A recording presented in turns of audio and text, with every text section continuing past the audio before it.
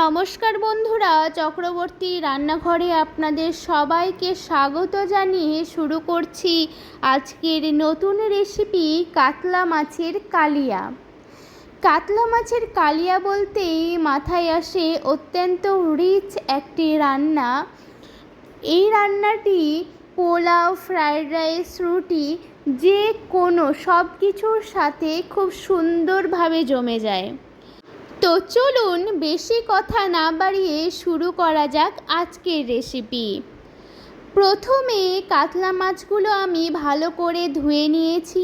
এরপর মাছের মধ্যে আমি দেব 1 চা চামচ লবণ, 1 চা চামচ হলুদ গুঁড়ো এবং একটি পাতিলেবুর রস আমি চিপে নেব। এরপর ভালো করে হাত দিয়ে আমি মশলাগুলোকে মাখিয়ে নেব যাতে লবণ এবং হলুদটি মাছের মধ্যে ভালোভাবে ঢুকে যায়। এরপর মিক্সচার গ্রাইন্ডারে আমি একটা বড় সাইজের পেঁয়াজ টুকরো করে নিয়েছি, কয়েকটা রসুন দেব এবং দেব আদা আর লাল লঙ্কা। আপনারা এখানে কাঁচা লঙ্কাও ইউজ করতে পারেন। আমি এখানে কালারের জন্য পাকা লাল লঙ্কা ইউজ করেছি। আর দিয়েছি একটা গোটা টমেটো টুকরো করে। এরপর আমি এটাকে গ্রেট করে নেব। দেখুন আমার পেস্ট তৈরি করা কমপ্লিট হয়ে গেছে। এবার কড়াইটি গরম হয়ে গেলে আমি এখানে পরিমাপ মতো সরিষার তেল দিয়ে দেব। আমি একটু বেশি ইউজ করেছি কারণ বিয়ে বাড়ি বা কোনো অনুষ্ঠান বাড়িতে একটু তেল বেশি দিয়েই মাছটি রান্না করা হয়।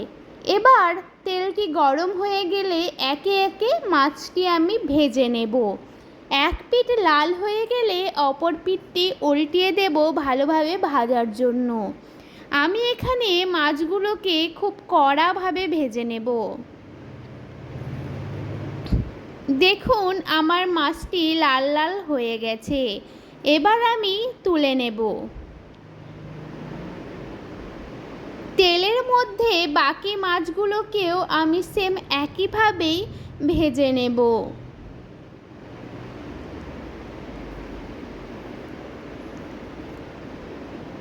এরপর ওই তেলের মধ্যে আমি দিয়ে দেব 2টো তেজপাতা এবং গোটা গরম মশলা, এলাচ, লবঙ্গ এবং শুকনো লঙ্কা আর দারচিনি। আপনারা লবঙ্গটা ইউজ করতেও পারেন, নাও করতে পারেন। আমি এখানে লবঙ্গটা ইউজ করিনি। এবার যেই পেস্টটি আমি করেছিলাম সেটা তেলের মধ্যে দিয়ে দেব। এরপর আমি এখানে ভালোভাবে মশলাটিকে নাড়াচাড়া করে নেব যাতে তলে লেগে না ধরে এবং আমি নাড়তে থাকবো মশলাটিকে ভালোভাবে কষাতে হবে। মশলা যত ভালোভাবে কষাবেন তত মাছের টেস্টিও বাড়বে। মশলার ওপরেই রান্নার আসল স্বাদ লুকিয়ে থাকে। এবার ওই মশলার মধ্যে আমি 1 চা চামচ হলুদ গুঁড়ো দিয়ে দেব 1 চা চামচ লাল কাশ্মীরি লঙ্কার গুঁড়ো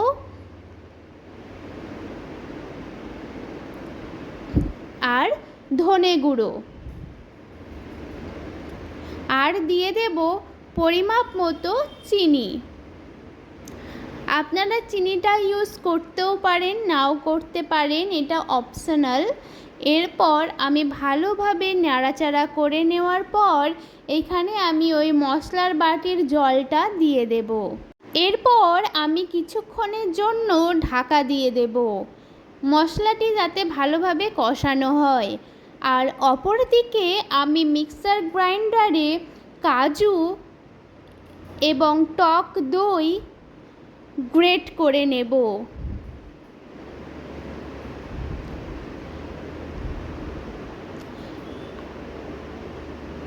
দেখুন আমার গ্রেট করা কমপ্লিট হয়ে গেছে।